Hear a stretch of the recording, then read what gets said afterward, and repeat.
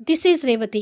Video చూస్తున్న వారికి, అలాగే లైక్స్, కామెంట్స్‌తో సపోర్ట్ చేస్తున్న వారికి థ్యాంక్ యూ సో మచ్. 'ఓ ప్రేమ ఓ పగ' ఎపిసోడ్ నంబర్ 183.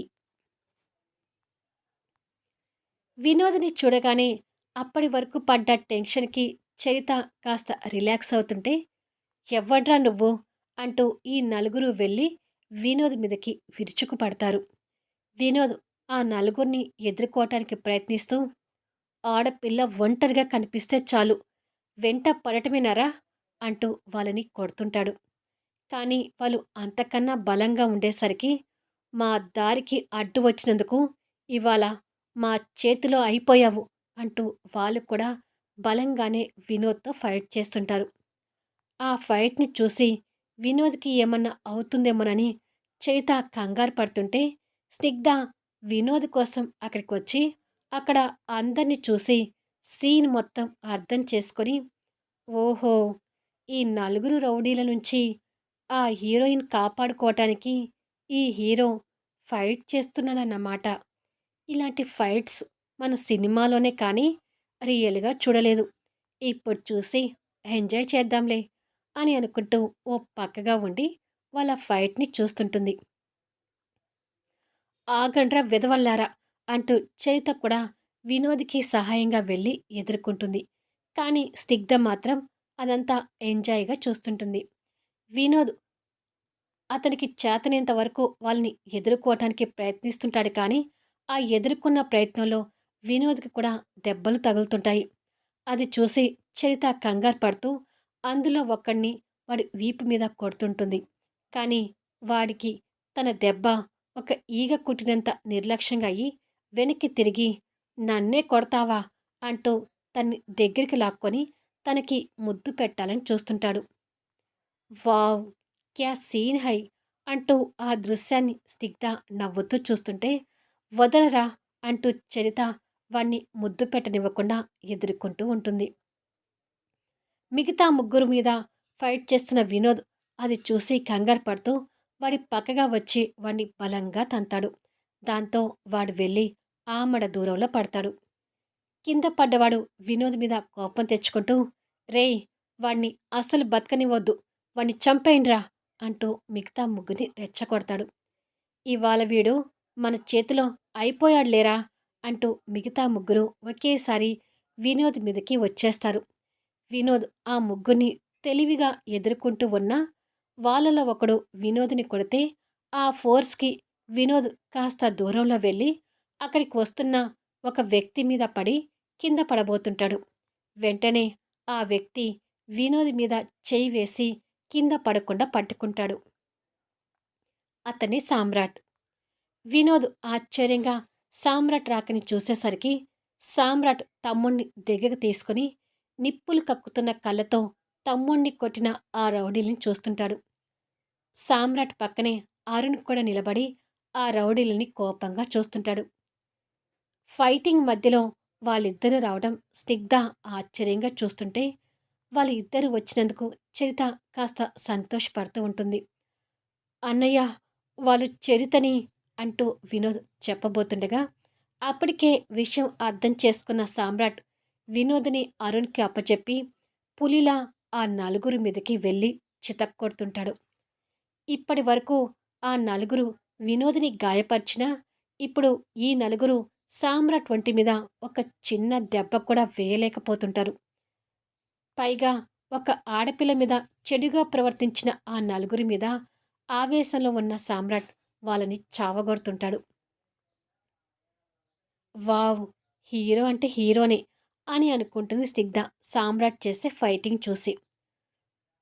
బాగా కొట్టు పెద్ద బామర్ది, చిన్న బామర్దిని గాయపరిచిన వీళ్ళు బతకనివ్వకూడదు అంటూ అరుణ్ రెచ్చగొడుతుంటే, ఆడపిల్ల జోలికి వచ్చినందుకు సామ్రాట్ ఆ నలుగురిని చంపేయాలన్నంత కసితోనే వాళ్ళని చావగొడుతుంటాడు. ఆ నలుగురు దెబ్బలు తింటుంటే చరిత కూడా వాళ్ళని కసిగా చూస్తుంటుంది. అమ్మో! నేనిక్కడ తాపీగా నిలబడకూడదు. నేను కూడా ఫైటింగ్ చూసి టెన్షన్ పడుతున్నట్టుగా నటించాలి అని అనుకొని స్నిగ్ధ కాస్త ముందుకొచ్చి, "వాళ్ళు వినోద్‌ని గాయపరిచారు సామ్రాట్ గారు. వాళ్ళని బాగా కొట్టండి" అంటూ నటిస్తూ ఉంటుంది. మరి కాసేపటికి వినోద్, అరుణ్ కూడా రంగంలోకి దిగి వాళ్ళని కొడుతుంటారు. వాళ్ళు దెబ్బలు తాళలేక, "ఒరేయ్! మనం పట్టుపడితే డేంజర్. మనం ఎలాగైనా ఇక్కడి నుంచి పారిపోవాలి" అని ఇద్దరు రౌడీలు అనుకొని, అక్కడ ఒక బలమైన కట్టె ఉంటే, వాళ్ళలో ఒకడు ఆ కట్టెను చేతిలో తీసుకొని, "ముందు వీళ్ళలో ఒకడిని గట్టిగా కొట్టాలి. అప్పుడైతేనే మనం తప్పించుకోగలుగుతాము" అని వాడు ఆ పక్కగా వెనక నుంచి కనిపిస్తున్న వినోద్‌ని కొట్టబోతుండగా, వినోద్‌కి దగ్గరలో ఉన్న స్నిగ్ధ వాడు కొట్టబోవటం గుడ్లు వెళ్ళబెట్టి చూస్తుంటుంది. కాస్త దూరంలో ఉన్న చరిత మాత్రం అది చూసి కంగారు పడుతూ, "వినోద్!" అంటూ స్నిగ్ధ ముందు నుంచే పరిగెత్తుకుంటూ వెళ్తుంటుంది.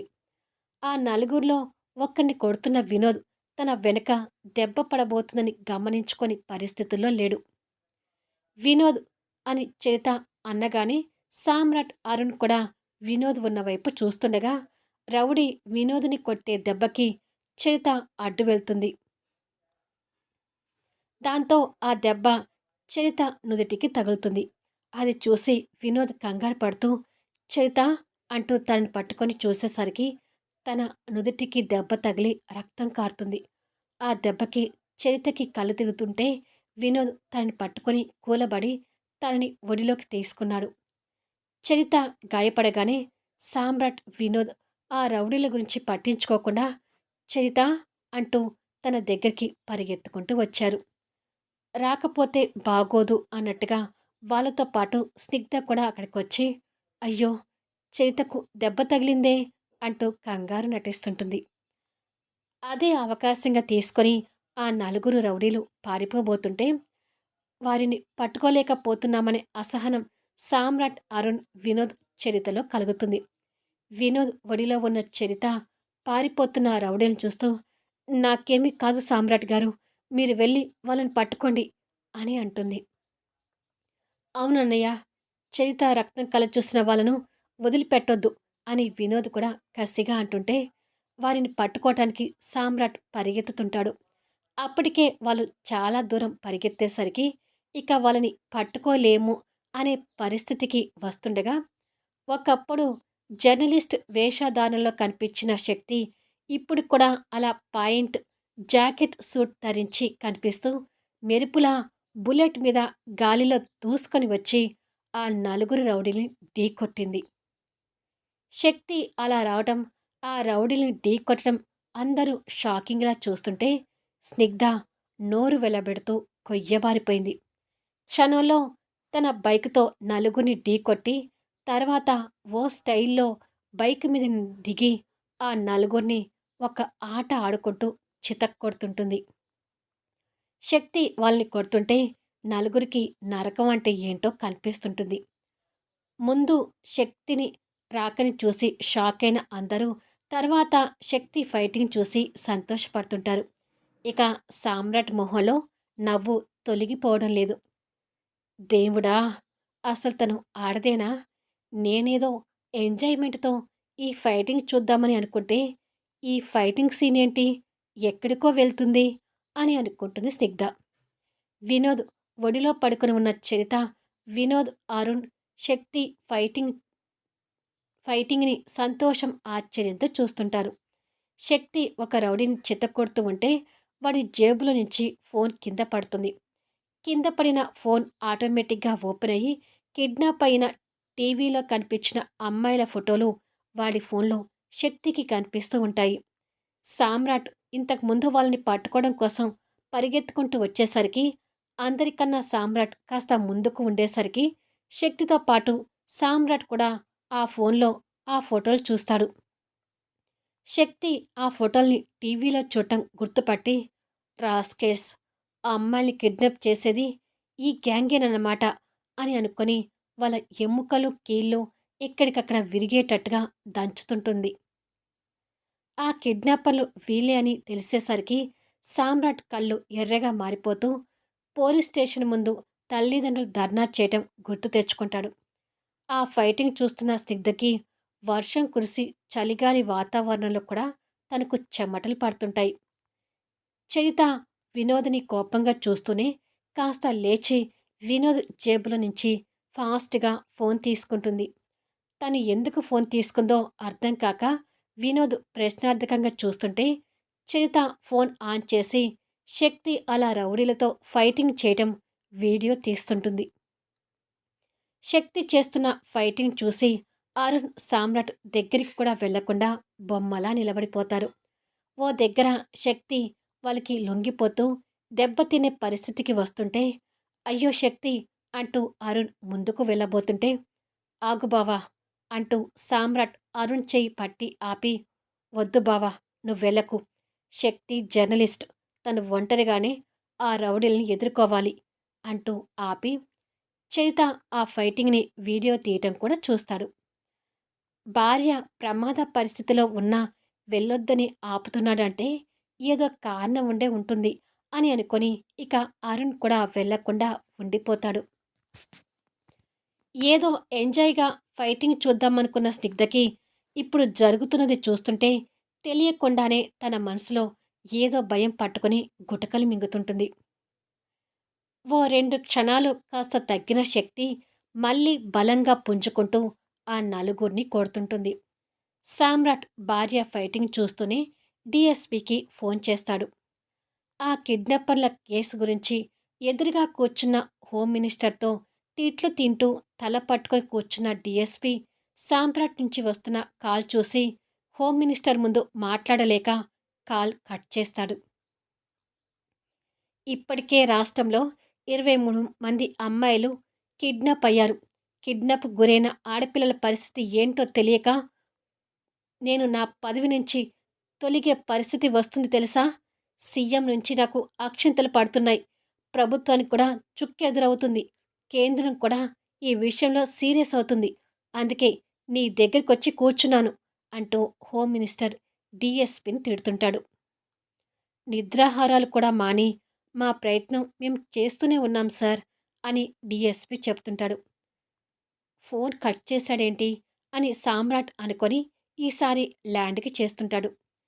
డీఎస్పీ టేబుల్ మీద ల్యాండ్ ఫోన్ రింగ్ అవుతుంటే, ఎక్స్‌క్యూజ్ మీ సార్ అని హోమ్ మినిస్టర్‌కి చెప్పి ఫోన్ లిఫ్ట్ చేసి హలో అంటాడు. అటు నుంచి సామ్రాట్ చెప్తున్నది విని డీఎస్పీ షాక్ అవుతూ నిజమా? మేమిప్పుడే బయలుదేరుతున్నాము అని చెప్పి ఫోన్ పెట్టేసి సార్ ఒక గుడ్ న్యూస్ ఆ కిడ్నాపర్లు దొరికారంట అని ఉన్న విషయం చెప్పి డీఎస్పీ బయలుదేరుతుండగా హోమ్ మినిస్టర్ అది విని సంతోషపడుతూ నేను కూడా మీతో పాటు వస్తాను అని చెప్పి పోలీసులతో కలిసి బయటకొస్తాడు. ఇంకా బయట తల్లిదండ్రులు ధర్నా చేయడం కనిపిస్తుంటే బయటికొచ్చిన హోమ్ మినిస్టర్ని, డీఎస్పీని ఆ తల్లిదండ్రులు కోపాగ్నితో చూస్తూ తిడుతుంటారు. ఆ కిడ్నాపర్లు దొరికారని మాకు ఇన్ఫర్మేషన్ వచ్చింది. దయచేసి మీరు కాస్త శాంతించండి. మీ అమ్మాయిల వివరాలు ఏంటనేది మేము త్వరలో కనుక్కుంటాము అని చెప్పేసి హుటాహుటిన హోమ్ మినిస్టర్, డీఎస్పీ మరికొంతమంది పోలీస్ సిబ్బంది అక్కడి నుంచి బయలుదేరతారు. కిడ్నాపుల గురించి తెలిసింది అనగానే తల్లిదండ్రుల మనసులో కాస్త సంతోషం నెలకొంటుంది. ఇక ఇక్కడ శక్తి ఒంటరిగా ఫైటింగ్ చేసే తరుణంలో తను కూడా లైట్‌గా దెబ్బలు తగులుతున్నా అవి పట్టించుకోకుండా వాళ్ళని చితక్కొట్టే పనిలోనే ఉంటుంది. మరి కాసేపటికి ఆ నలుగురికి ఎముకలు, కీళ్లు విరిగి లేవలేని పరిస్థితిలో కింద పడి ఉంటారు. వాళ్ళని కొట్టి శక్తి కూడా అలసిపోయి ఉంటుంది. అలిసిపోయి ఉన్నా కూడా వాళ్ళని ఇంకా కాలుతో తంతూ కొడుతుంటే సామ్రాట్ దగ్గరికొచ్చి, "నీ కొట్టుడికి వాళ్ళు చస్తారు. ఇక ఆపు" అంటూ అలసిపోయిన తన్ని దగ్గరికి తీసుకుంటాడు. రక్తం కారుతున్న గాయంతో చరిత కూడా కష్టంగా నిలబడిపోతుంటే, "మళ్ళీ కళ్ళు తిరుగుతాయి" అంటూ వినోద్ సహాయంగా తనని పట్టుకొని లేపుతాడు.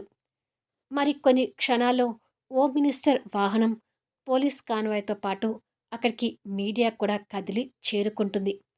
అదంతా చూస్తున్న స్నిగ్ధకి కళ్ళు తిరుగుతూ వామ్మో! ఏంటిది? హోమ్ మినిస్టర్ ఇక్కడికి రావడమేంటి? అని అనుకుంటుంది. వీడియో ఎలా ఉంది అనేది కామెంట్స్‌లో తెలియచేయండి. అలాగే లైక్స్ ఇచ్చి సపోర్ట్ చేయండి. మళ్ళీ నెక్స్ట్ వీడియోలో కలుద్దాము.